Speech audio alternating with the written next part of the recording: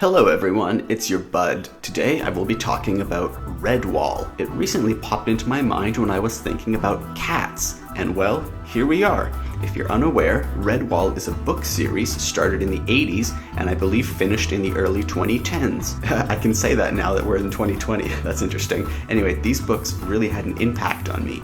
RedWall is about the RedWall Abbey and the surrounding locations and animals that live there. These are books about a world of animal people. There are mice, hawks, badgers, otters, lions, tigers, and bears, oh my. So there's lots of animals that all talk and they all have their own cultures and things like that. There's so much death and war that goes on in these books. Someone else described them as Lord of the Rings with animals, and I can see it. All those journeys and characters, and if you see some pictures that I'm putting up right now, you'll see how human they make their animals, carrying weapons and wearing clothes and armor and stuff like that. Although honestly, it's got more of the charm of The Hobbit. So think of The Hobbit with animals, and that's a much better picture. Wait a second, I remember my favorite books being Lord Brocktree about a badger of the same name, and there's also one called Salamandastron, the mountain that the Badger King rules. So those are two different books, Lord Brocktree and Salamandastron. But it's about a Badger King ruling a mountain, and then it gets attacked, and then an heir must go claim the mountain back.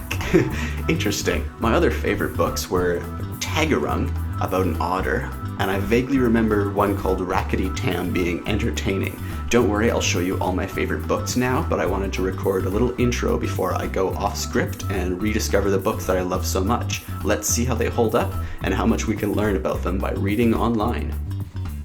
Okay, so RedWall is a series of books from 1986 to 2011. I never owned any of these, but my friend did, and I really liked them. So as you can see here, there are different years, such as the 1988 one called Mossflower. Then there's a prequel called Lord Brocktree. Now I believe it's a prequel because this is the book that was one of my favorites. This is probably the one that got me into this series. There's Martin the Warrior. Now, some of these names are bringing back, like, when I hear Mossflower, that brings back memories and stuff like that. Same with Martin the Warrior. There's Legend of Luke, Outcast of RedWall, Mariel of RedWall, Bellmaker, Salamandastron, just RedWall. I can't say this right, but Matimeo, the Pearls of Luthra, the Long Patrol, Marlfox, the Tagarung. This is one of Marlfox and the Tagarung are two others that I really like. Then there's Triss. I remember, like, this one's bringing back memories too. And then Lomhenge, Triss and Lomhenge. So you can see any of the ones that are written like around 2000, except Marlfox. I also read that one as well, but the 2000s ones, like, they're the ones that got to me. And then Rackety Tam is another one that I seem to remember. The Lomhenge was something important, so that's an important one. Anyway, there's Hyrule, Yalulia, which is like, it's this like cry that badgers have, and war, and they're sea badgers, like badgers that have pirate ships. It's crazy, there's everything in this. Then there's Doomwhite, the Sable Queen, and then the Rogue Crew. Not sure if it's cut off there, I think you can see it. Anyway, so let's go through and learn about some of this. So Lord Brocktree. Oh, there's a wiki. That's good. All right, so Lord Brocktree, around the legendary badger Lord Brocktree, father of Boar the Fighter. Okay. Bella Brockhall. I remember that name. Sunflash the Mace, the great grandfather. So as you can see here, there's Lord Brocktree, father of Boar the Fighter, grandfather of Bella Brockhall, great-grandfather of Sunflash the Mace, and then there's the mountain Salamandastron. So that gives you a good idea of the way that RedWall operates by having so many books to go through, but they can go through generations. We get to meet some really cool characters. Seasons of Peace have left the mountain stronghold, open to attack, and then unfortunately they are discovered. Oh, here's the older cover. That's pretty cool. I always really liked that. Actually, now that I just see this image as a grown-up, the first thing I think of when I see Lord Brocktree like that is Guts. Is Lord Brocktree Guts? That's interesting. He's totally wearing Guts cosplay and everything, isn't he? So just reading through this, it seems like it's a pretty much straight through journey of find some people, go to the mountain, save the mountain. That was Lord Brocktree. Now Salamandastron. A young badger, Mara, runs away with her best friend. Pickle Flodger. From her mountain home of Salamandastron. Her father, Earthstripe, who has stern authority and rules the mountain with a firm paw. Kind-hearted, he's also stubborn, and although he worries about his daughter's safety, he refuses to run after her. interesting. So she runs away and he's like, well, she chose it. That's already a good setup. Oh, I'm starting to remember why I liked all of these. Actually, I remember this being a really interesting thing because I learned about different animals that I didn't know about when I was younger. When I see Pickle, I just think of Critical Role. Alright, ooh, there's an assassin and a horde. A fox named Deathbrush and his 6 trackers report that the 2 stoats, Thura and Ding-Eye, haven't been found yet. Interesting. I don't know exactly what that, but...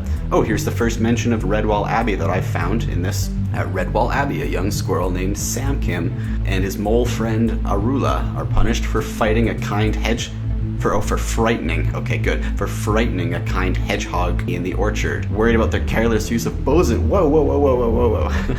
Okay, so there's the troublemakers, there's the Merry and Pippin of the group or whatever, and whoa, that one was a lot longer. So obviously Salamandastron, a lot more goes down. But I remember there's like actually lots of like lore and stuff like that with all these generations and stuff like that. And I remember Marl Fox having some cool designs, like look how cool that is. I'm getting like a, I don't know, sort of like a Game of Thrones feeling. Game of Thrones meets The Hobbit meets, I don't know, just animal people. The Marl Foxes are a group of evil gray foxes who are rumored to be able to turn themselves invisible. Ooh, that's so cool. See, I like how there's just no care, just take whatever you want and bring it into the universe. Like, that's how it should be. Like, that's awesome. That's like, oh, that's so cool. I love it. They are sent on a mission from their demanding mother. Wait, is that Sith or Slith? That is Silith, right in between, who lives on a secret island in the middle of the great inland sea. Okay, their mission to bring back objects of beauty for Silith. Oh, this is cool already. I like it. A group of traveling performers encounter 2 Marl Foxes, but the foxes retreat when they see they're outnumbered and outweaponed.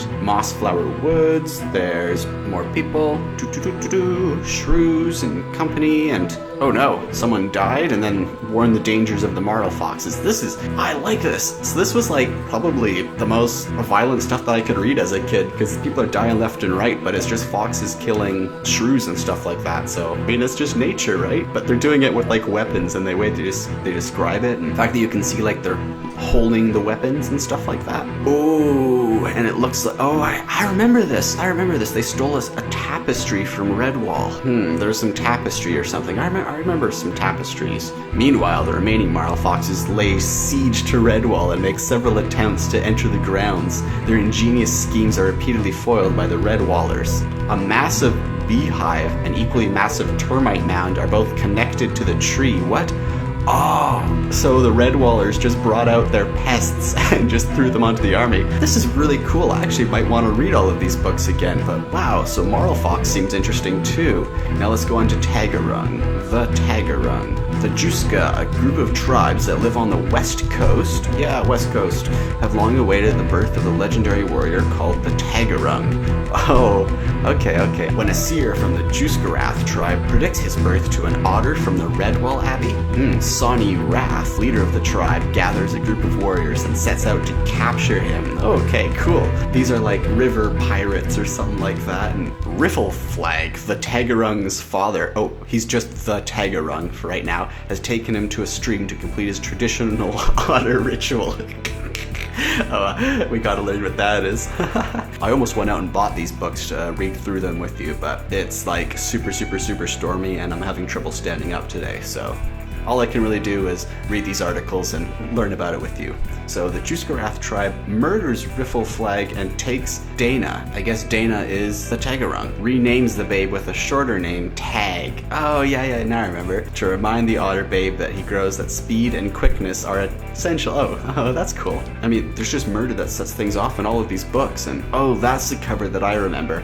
I remember that cover. So I like all the prophecies and like, you're the chosen otter, the Tagarung, like, and then Rackety Tam. What was Rackety Tam? I don't know, for some reason this really like something about the memory. Maybe because this is the last one in the series that I might have seen. From the regions known only as the lands of ice and snow, from across the western sea emerges Gulo the Savage, a vicious wolverine and his horde of 100 white vermin who eat the flesh of their enemies. After murdering his father Drams, Gulo assumed control of his father's territory. However, only those who possess the Walking Stone may rule, and after his father's death, Gulo's brother Asgore steals the stone and sails to the land of the Mossflower Woods.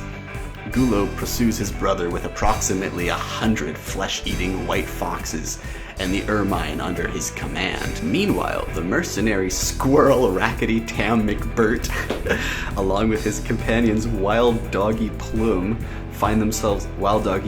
Plum find themselves at odds with their current rulers, Squirrel King Araltum, and Igda Draqueen. Actually, I remember these people being like, if just reading their names and the situations bringing back memories, they're both arrogant, foolish creatures who spend more time on ceremonies in their honor than ruling the kingdom. I remember that scene. He like confronts them and stuff like that. When the forces of the Squirrel King, that makes me laugh. It's like Rick and Morty. Oh no, we can't mention the Squirrel King. Don't mention the Squirrel King. Are ambushed by Gulo and dozens of squirrels get massacred. See, like, the description here, like, if my parents read any of these books, do you think they would have let me read these? They're like, no, it's got a cute squirrel. I mean, he does have a sword, but it's not like he's gonna massacre. Tam and Doggy are given the chance to escape the trivialities of the kingdom and track the invaders. I remember that. They're like, yeah, you think you're so cool, Rackety Tam? Go kill the people that killed all our friends and do it for our honor and ceremonies. The king promises to release them of their bonds. They had sworn allegiances to him in some seasons before. And then they eventually lead up with the Long Patrol. I guess that's Long Patrol must be, it's some hares were ambushed and lost a precious drum, which is supposed to go to RedWall as a present. And Gulo has possession of the drum. Interesting. Oh, this one's like got so many levels and stories. I like it so much. No wonder it's like, I was like, Rackety Tam, squirrel with a sword, something about this. Wait, is Rackety Tam like, is Rackety Tam Braveheart? Is he William Wallace? Is Rackety Tam supposed to be William Wallace? That's interesting. Anyway, so there's Army of Hares, reach Redwall, Rackety Tam. And then there's one other thing that I'm just gonna search for and then see if I can find it. Now, I remember that there were some interesting characters. One of them was a hare that went what all the time, and me and my sister and my friends started saying that. And then the other one was this character named Half Chop, a male rat with a missing paw. He was originally blah blah blah, however, blah blah blah, soon besieged, blah blah blah. He was working to spy the Abbey when, Junty Cellarhog spotted them and threw a barrel bung at them. It struck Half Chop full in the head, permanently damaging his mind. From that point on, he could no longer speak any word but the sound ka-chunk. That was the last sound he heard before the barrel bung damaged his brain. And then there's one person that could understand him and parse out what he meant. So when I mentioned sort of like, hey, this feels like Game of Thrones, like literally Half Chop is Hodor, except he says ka-chunk instead of Hodor. I don't know if it actually came into like, I don't know if that came back to like have any impact or anything like that, but I remember that one being really funny. So there was like what and ka-chunk, and there was like a few other things from the RedWall like stories that were like core inside jokes and stuff between me and like my sister and my friends. Like, there was a lot of this stuff. Well, that was so much more than I was expecting. Ravenous wolverines with hordes of murderous foxes that eat their enemies after killing them. Multiple generations of characters building on the stories that were written over a span of around 25 years. Prophecies about the Tagarung, things that make me laugh still to this day. The Squirrel King, that might be the best title ever made. I can't get over the words squirrel and king being said even in the same sentence, let alone to describe a single thing. It kind of reminds me of like Oberon and Titania having vain squirrel overlords. Yeah, that's totally reminds me of like the Oberon and Titania thing. I'm sorry, I can't say that. Squirrel overlords. That's just like, okay, I just have to like calm down for a second. Oh, that's just so stupid.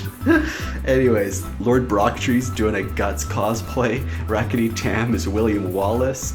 I didn't mention it, but Lord Brocktree, I think, or one of the Badgers, actually teams up with the Hawk. So it's like a Badger with a mace plus a hawk on his shoulder, and that's like a cool combo. There's like Lord of the Rings influence, a total Game of Thrones feel to the world building, changing like between multiple locations all the time and different generations, and the amount of death and war. Like, this is basically Animal Game of Thrones, but styled to like more of like the Hobbit sort of journey and stuff like that, but with the amount of death like Game of Thrones has. Every single one of those, I couldn't even like go like more than like a few lines down of describing the books because there was just death after death after death. So I had to cut this pretty short. I was so happy that RedWall was so enjoyable to go over again. Thanks for watching, and sorry if this is shorter, but it's just one of those days. And I'm having just trouble standing up anyways, so this is all I can get done. Anyways, leave a like and subscribe to show that you want more of this subject, and feel free to leave any questions or suggestions in the comments below, and I will see you in the next video.